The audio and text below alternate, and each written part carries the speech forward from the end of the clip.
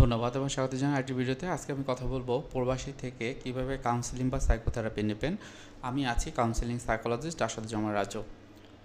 অনেকেই আছেন যে কাউন্সেলিং বা সাইকোথেরাপি সম্পর্কে জানেন, আবার অনেকে আছেন এই বিষয়টি সম্পর্কে জানেন না।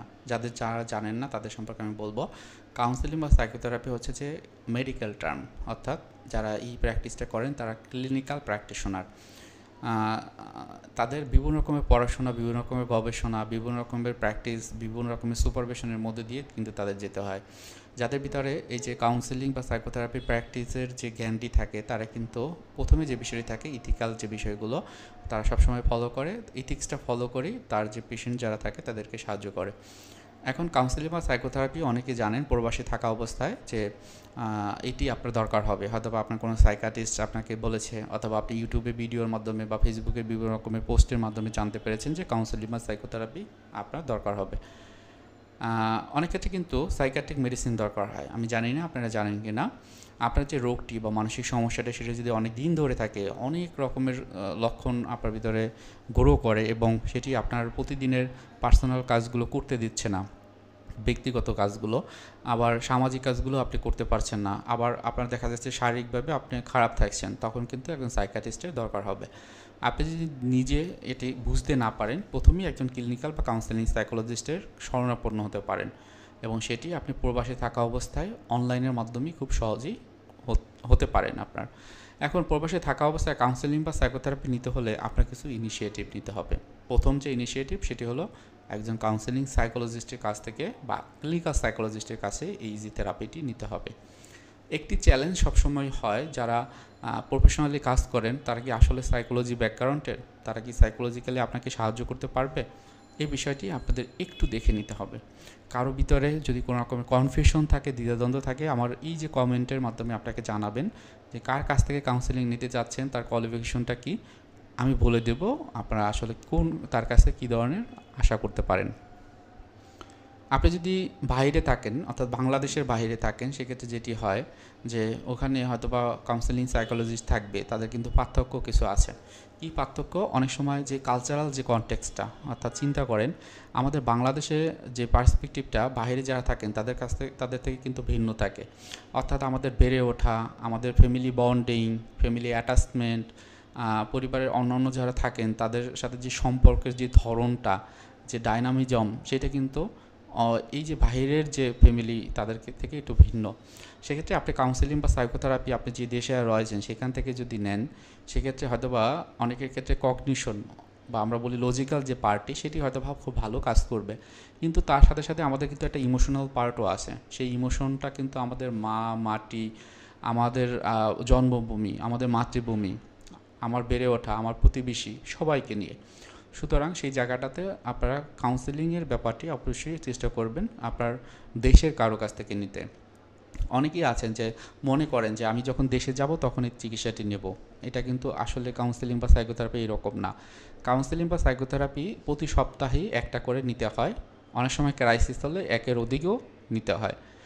একটা সময় হয়তো বা এটা হবে 2 সপ্তাহ পরে একটা সেশন নেওয়া লাগতে পারে, 3 সপ্তাহ বা 1 মাস পর, 6 মাস পর এবং 12 মাস পর একটা সেশন, যেটা আমাকে বলি টার্মিনেশন সিস্টেমটা এরকম। অর্থাৎ আপনার সমস্যা যখন আস্তে আস্তে কমে যাবে তখন এই টার্মিনেশনটা এভাবেই হয়, হঠাৎ করে হয় না। সুতরাং কাউন্সেলিং বা সাইকোথেরাপি নিতে হলে আপনাকে অবশ্যই একজন প্রফেশনাল কাউন্সেলিং সাইকোলজিস্ট অথবা ক্লিনিক্যাল সাইকোলজিস্ট যারা বিশ্ববিদ্যালয়ে পড়াশোনা করেছে এই সাবজেক্টগুলোতে এবং সাথে সাথে প্র্যাকটিস করছে নিয়মিত কোনো একটা স্থানে, সেটি কিন্তু কনফার্ম হতে হবে। সে কী ধরনের সাইকোথেরাপি ব্যবহার করে সেটাও আপনি জেনে নিতে পারেন। বহুল প্রচলিত যে সাইকোথেরাপি সেটাকে বলে সিবিটি, অর্থাৎ কগনিটিভ বিহেভিয়ার থেরাপি। হয়তোবা আপনার ভিতরে ওসিডি, ডিপ্রেশন, পিটিএসডি, হয়তোবা সেক্সুয়াল ডিসফাংশন, পার্সোনালিটি প্রবলেম, হয়তোবা বর্ডার লাইন পার্সোনালিটি, হিস্ট্রনিক পার্সোনালিটি, অথবা অনেকের ক্ষেত্রে সিজোফিনিয়া অথবা বাইপোলার মুড ডিসঅর্ডার, এর ভিতরে বিভিন্ন রকমের delusion, hallucination, mood manic phase, আবার অনেকের ক্ষেত্রে ক্লিনিক্যাল ডিপ্রেশন, এগুলো কিন্তু থাকে। তো সেক্ষেত্রে যেটি হয় যে অবশ্যই আপনার যে প্রফেশনালের কাছে যাবেন, যিনি কিন্তু আপনাকে ওই অনুযায়ী চিকিৎসা দিয়ে থাকবেন। সিবিটির কথা বলেছি, সিবিটি ছাড়াও এই সিবিটি বেসড অন্যান্য বিভিন্ন রকমের থেরাপিউটিক অ্যাপ্রোচ এখন বের হয়ে গিয়েছে। এমইএসটি অর্থাৎ মেমোরি স্পেসিফিসিটি ট্রেনিং, যেটা আমি ব্যবহার করি বা যেটার অনেকটা বলা যায় রিসার্চার বাংলাদেশে, আমি করছি ওসিডি, পিটিএসডি এবং ডিপ্রেশনের উপরে।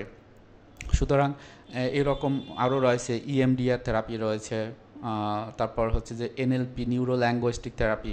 ইএমডিআর থেরাপি মনে বলা হয় eye movement desensitization and reprocessing, এগুলো ভালো কাজ করে। টিএ রয়েছে transactional analysis, gestalt psychology, Rogerian approach বা চিকিৎসা পদ্ধতি, বিভিন্ন রকমের চিকিৎসা পদ্ধতি রয়েছে। এখন কার ক্ষেত্রে কোনটা প্রযোজ্য সেটা বোঝা যাবে যে আপনার রোগের ধরন অনুযায়ী কতদিন হয়েছে সব কিছু নিয়ে। সুতরাং ওই জায়গাটাতে আমি বলবো যে আপনারা যদি একজন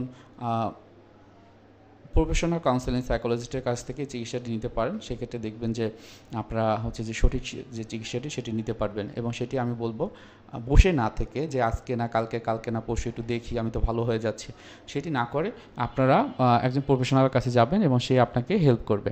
এছাড়াও আমি বলবো যে যদি খুব বেশি প্রবলেম হয় সাইকিয়াট্রিস্টের, সেক্ষেত্রে ওই যে প্রফেশনাল কাউন্সেলিং সাইকোলজি সে হেল্প করবে। এবং সর্বশেষে আমি যদি একটু রিক্যাপ করি সব কিছু, সেটা হলো আপনার যে কোনো রকমের মানসিক সমস্যার ক্ষেত্রে আপনি কাউন্সেলিং বা সাইকোথেরাপি নিতে পারেন। হয়তো বা এমন হতে পারে আপনার মনে কষ্ট লাগে, রাগ লাগে, অভিমান লাগে, আপনি একটুতেই খুব বেশি এগ্রেসিভ হয়ে যাচ্ছেন, বা একই কাজ বারবার করছেন, বা মানুষের সাথে মিশতে ইচ্ছা করে না, বা আপনার ভিতরে বিভিন্ন রকমের ডিলিউশনাল যে সিমটমগুলো সেগুলো থাকে।